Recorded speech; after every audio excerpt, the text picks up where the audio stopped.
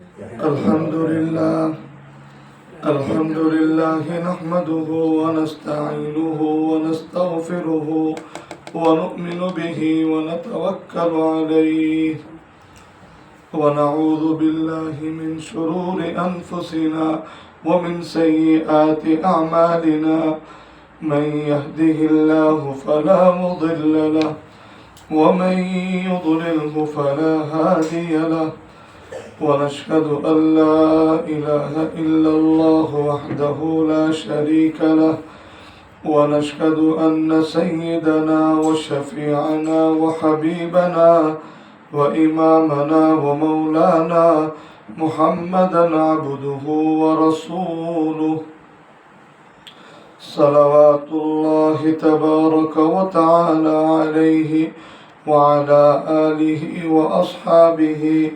وذرياته وأهل بيته وأهل طاعته وبارك وسلم تسليما كثيرا كثيرا أما بعد فأعوذ بالله من الشيطان الرجيم بسم الله الرحمن الرحيم وأيوب إذ نادى ربه أني مسني الضر وأنت أرحم الراحمين فاستجبنا له وكشفنا ما به من ضر وآتيناه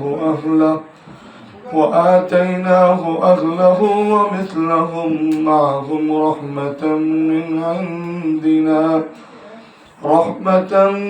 عندنا وذكرى للعابدين. سورة الانبیاء. ترجمہ: اور ایوب علیہ السلام کا واقعہ بھی تو سنو جب انہوں نے اپنے رب کو پکارا، بے شک مجھ کو بڑی تکلیف پہنچ رہی ہے اور آپ رحم کرنے والوں میں سب سے زیادہ رحم کرنے والے ہیں.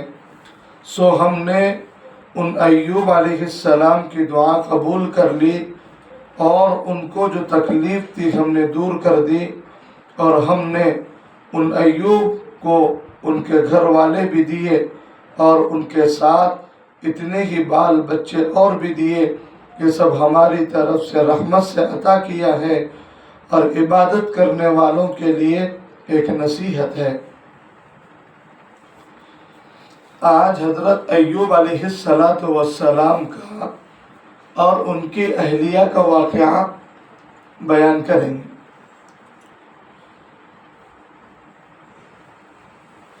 تھوڑا سا تعارف ہے. حضرت ایوب علیہ السلام کی اہلیہ کا نام نہ تو قرآن میں آیا ہے اور نہ تو صحیح احادیث میں، البتہ مؤرخین نے ان کا نام لیہ بنت یعقوب بتایا ہے. تاریخ لکھنے والوں نے لیہ بنت یعقوب. بعض مفسرین کے نزدیک نام رحمت بنت افراہیم بن یوسف بن یعقوب ہے. بعض کے نزدیک ماخر بنت فیشا بنت یوسف بن یعقوب ہے. یہ جلالین کی تفسیر میں ہے. مختلف تفسیری روایات سے معلوم ہوتا ہے بیماری کے زمانے میں جب سارے رشتہ دار دور ہو گئے تب حضرت ایوب علیہ السلام کی بیوی آپ کی بہت خدمت کرتی تھی. ہر وقت اس فکر میں رہتی تھی کہ کس طرح آپ کو جلد از جلد شفا ہو. ایک معزز مالدار شاہی گھرانے کی بیٹی ہونے کے باوجود شوہر کی بیماری کے زمانے میں مزدوری کر کے گھر کا گزر بسر کا نظام اور خدمت کرتی تھی. حضرت ایوب علیہ السلام کی سخت بیماری کی حالت میں ان کے ساتھ شفقت و مہربانی، احسان کرنے والی اور نہایت صبر و شکر کے ساتھ زندگی گزارنے والی تھی. ان کا مزار موجودہ ترکی کے سانلی عرفہ میں بتلایا جاتا ہے. روح المعانی میں اس کی مزید تفصیلات کے لیے دیکھی ہوئی دنیا جلد نمبر 2 اس میں سارا حضرت لیہ رضی اللہ عنہ کا واقعہ بیان ہوا ہے.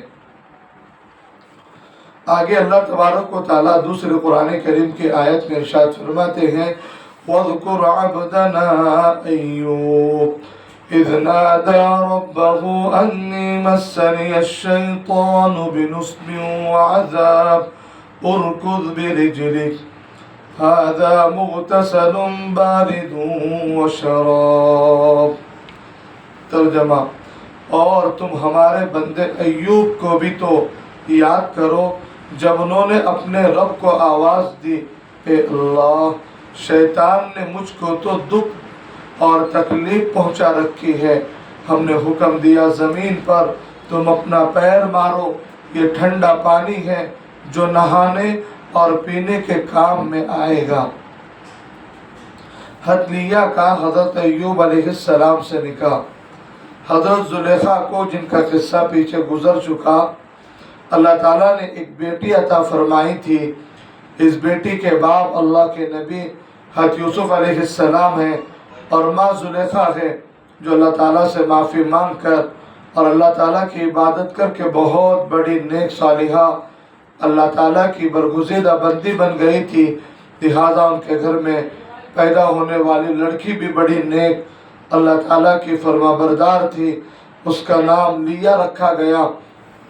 اس کے بعد زلیخا کا بھی انتقال ہو گیا، حضرت یوسف علیہ السلام کا بھی انتقال ہو گیا، اور جب لیہ جوان ہو گئی تو اس کا نکاح اللہ کے ایک اور نبی حضرت ایوب علیہ السلام کے ساتھ ہوا۔ بعض مفسرین کے قول کے مطابق لیہ حضرت یوسف علیہ السلام کی پوتی تھی۔ حضرت لیہ رضی اللہ عنہ ایک نبی اور بادشاہ کی بیٹی۔ حضرت ایوب علیہ السلام کی بیوی لیہ کا قصہ قرآن، حدیث اور معتبر تفسیروں میں آیا ہے۔ حضرت یوسف علیہ السلام نبی بھی تھے، مصر کے بادشاہ بھی تھے، اس لیے یہ لڑکی بہت اچھے ماحول میں پلی بڑی تھی۔ گھر کا ماحول پورا دینی تھا اور ساتھ میں بہت مالداری بھی اللہ نے عطا کی تھی۔ اللہ تعالیٰ نے حضرت یوسف علیہ السلام کو بڑی نعمتوں سے نوازا تھا۔ قرآن میں ہے رب قد آتیتنی من الملک وعلمتنی من تأویل الاحادیث۔ ترجمہ، اے میرے رب، آپ نے مجھے حکومت کا بڑا حصہ عطا فرمایا اور مجھے خوابوں کے تعبیر کا علم بھی عطا فرمایا۔ یعنی اللہ تعالیٰ نے حضرت یوسف علیہ السلام کو مصر کا بادشاہ بنایا۔ ظاہر بات ہے ایک بادشاہ کی لڑکی کتنے شاندار محل میں بڑی اور پلی ہوئی ہوگی، اور والدہ کے نبی ہونے، والد کے نبی ہونے کی وجہ سے ماحول بھی اس کو پورا دینی ملا، دونوں طرح کی نعمتیں ملی، دنیا بھی اور دین بھی۔ دین اور دنیا دونوں ملنا اللہ تعالیٰ کی بہت بڑی نعمت ہے۔ دونوں نعمتیں ملنا اللہ کی بہت بڑی نعمت۔ حضرت لیہ کے متعلق آتا ہے ان کا نام رحمت بھی ہے اور ان کا نام لیہ بھی ہے، ان کا نام لیہ بھی ہے۔ اس تفسیر کے اندر لیہ ہی اس کو زیادہ پیش کیا گیا ہے۔ اب حضرت لیہ کی پرورش ایک بہت اچھے گھرانے میں، حضرت یوسف علیہ السلام کے گھرانے میں اور بادشاہ کے ماحول میں پرورش ہوئی، لیکن حضرت ایوب علیہ السلام کے ساتھ نکاح ہوا۔ اس لیے دین اور دنیا کے متعلق اللہ کے نبی نے بھلائی کی دعائیں فرمائی ہے، جس کو قرآن نے بیان کیا۔ اللہ کے نبی کثرت سے اس دعا کا اہتمام فرماتے، ہمیں بھی کثرت کے ساتھ اس دعا کا اہتمام کرنا چاہیے۔ ربنا آتنا فی الدنیا حسنہ وفی الآخرۃ حسنہ وقنا عذاب النار۔ دین اور دنیا کی اور آخرت کی تمام بھلائیاں اس دعا میں مانگی گئی ہیں۔ ترجمہ اس کا ہے کہ اے ہمارے رب، آپ ہم کو دنیا میں بھی بھلائی دیجئے اور آخرت میں بھی بھلائی دیجئے، اور ہم کو جہنم کی آگ کے عذاب سے بچا دیجئے۔ حضرت لیہ کی آزمائش کا زمانہ شروع ہوتا ہے۔ اچھے گھرانے سے پلی بڑی، نبی والا ماحول، بادشاہ والا ماحول ملا۔ اب شوہر حضرت ایوب علیہ السلام کے نکاح میں آئی تو آزمائش کا زمانہ شروع ہوتا ہے۔ اللہ تعالیٰ کی طرف سے کبھی امتحان ہوتا ہے، اور اللہ تعالیٰ جو امتحان لیتے ہیں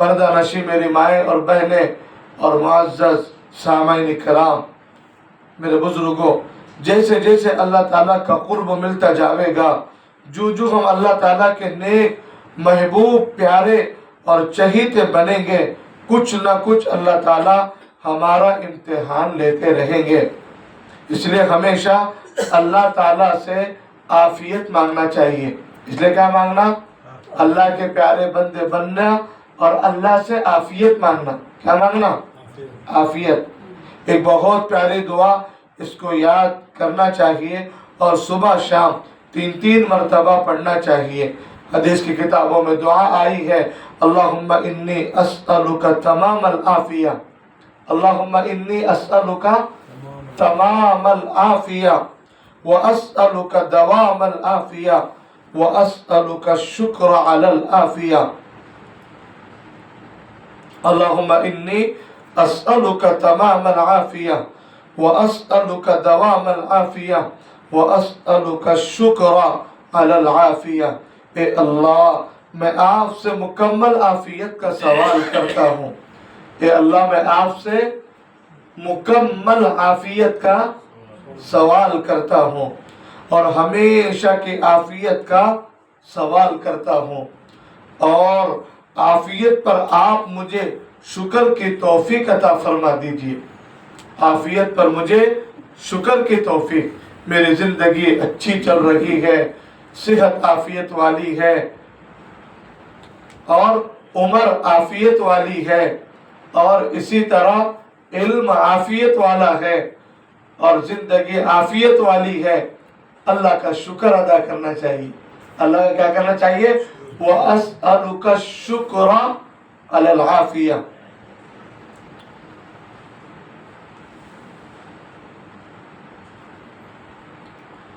عافیت کا مطلب یہ ہوتا ہے ہماری سب چیز اچھی رہے، سب کام برابر چلتے رہے، زندگی خیریت عزت بھلائی کے ساتھ چلتی رہے، اس کو عافیت کہتے ہیں۔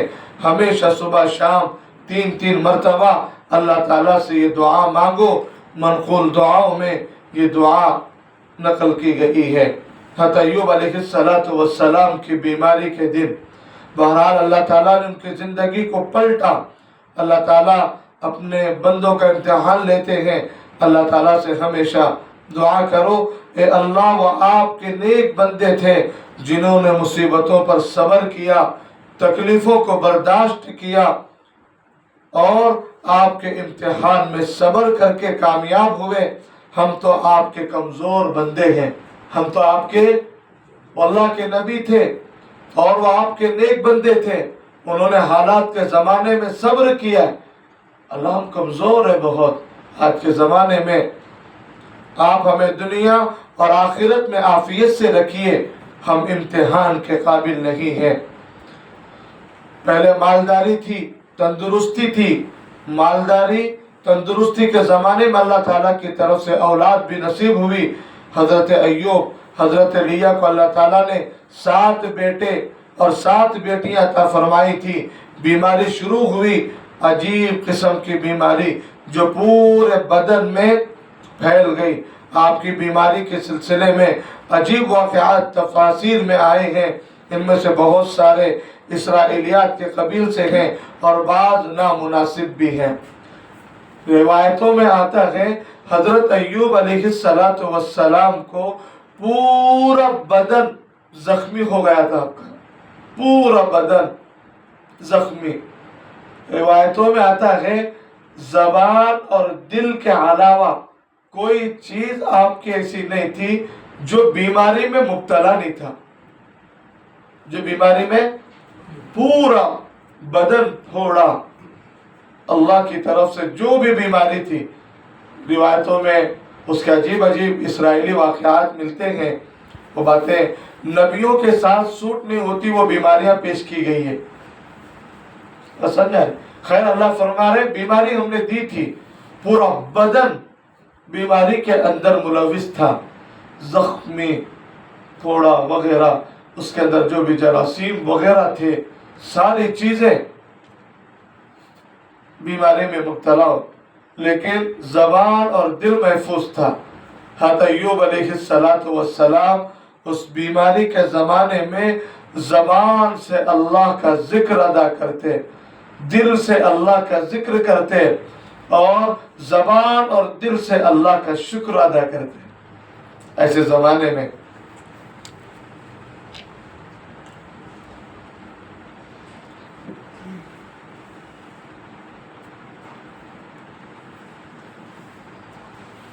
حضرت ایوب علیہ السلام ایک بڑے امتحان میں، حضرت عبداللہ ابن عباس رضی اللہ عنہما کی روایت کے مطابق تقریباً 17 سال، اور یہ امتحان جان مال اولاد سب پر آیا تھا، لیکن اس دوران ان کے جسم میں کیڑے پڑ گئے یا کچھ ایسا ہوا، لوگ حضرت ایوب علیہ السلام سے نفرت کرنے لگے۔ یہ بات سند کے لحاظ سے بھی درست نہیں، اور نہ ہی شان نبوت کی وجہ سے عقلاً درست ہے، لہذا اس طرح کے واقعات بیان کرنے سے احتیاط کرنا چاہیے۔ بیماری میں عام طور پر کوئی کام نہیں آتا، ہمیں ہمیشہ دیکھنے میں آتا ہے کہ اللہ برے دن سے ہماری حفاظت فرمائے۔ جب خراب دن آتے ہیں تو دوست بھی دور ہو جاتے ہیں، دوست بھی دور ہو جاتے ہیں، اور رشتہ دار بھی دور ہو جاتے ہیں، ملنے جلنے والے بھی ملنا جلنا چھوڑ دیتے ہیں، اور قریبی لوگ بھی دور بھاگ جاتے ہیں۔ حضرت ایوب علیہ السلام کے ساتھ بھی کچھ ایسا ہی ہوا۔ جب بیماری کا زمانہ آیا تو رشتہ داروں نے، قریب کے ملنے جلنے والوں نے، اسی طرح تمام تعلقات والوں نے حضرت ایوب علیہ السلام سے تعلق کو توڑ دیا۔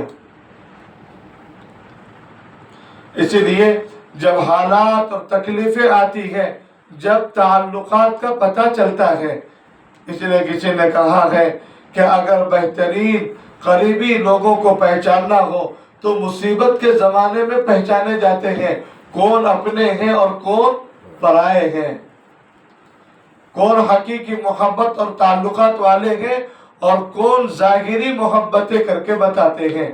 بیماری کے زمانے میں، مصیبتوں کے زمانے میں، حالات کے زمانے میں، اور کاروبار کے ٹھپ پڑنے کے زمانے میں جو تمہاری خیر خبر لیتا رہے، بیماری کے زمانے میں تمہاری باز پرس جو کرتا رہے، بیماری کے زمانے میں جو ہماری عیادت کرتا رہے، وہ آدمی حقیقی معنوں میں تعلقات نبھانے والا ہے، وہ اصل رشتہ داری ہے، وہ اصل تعلقات والے ہیں، جو پریشانی اور مصیبتوں کے وقت میں کام آتے ہیں۔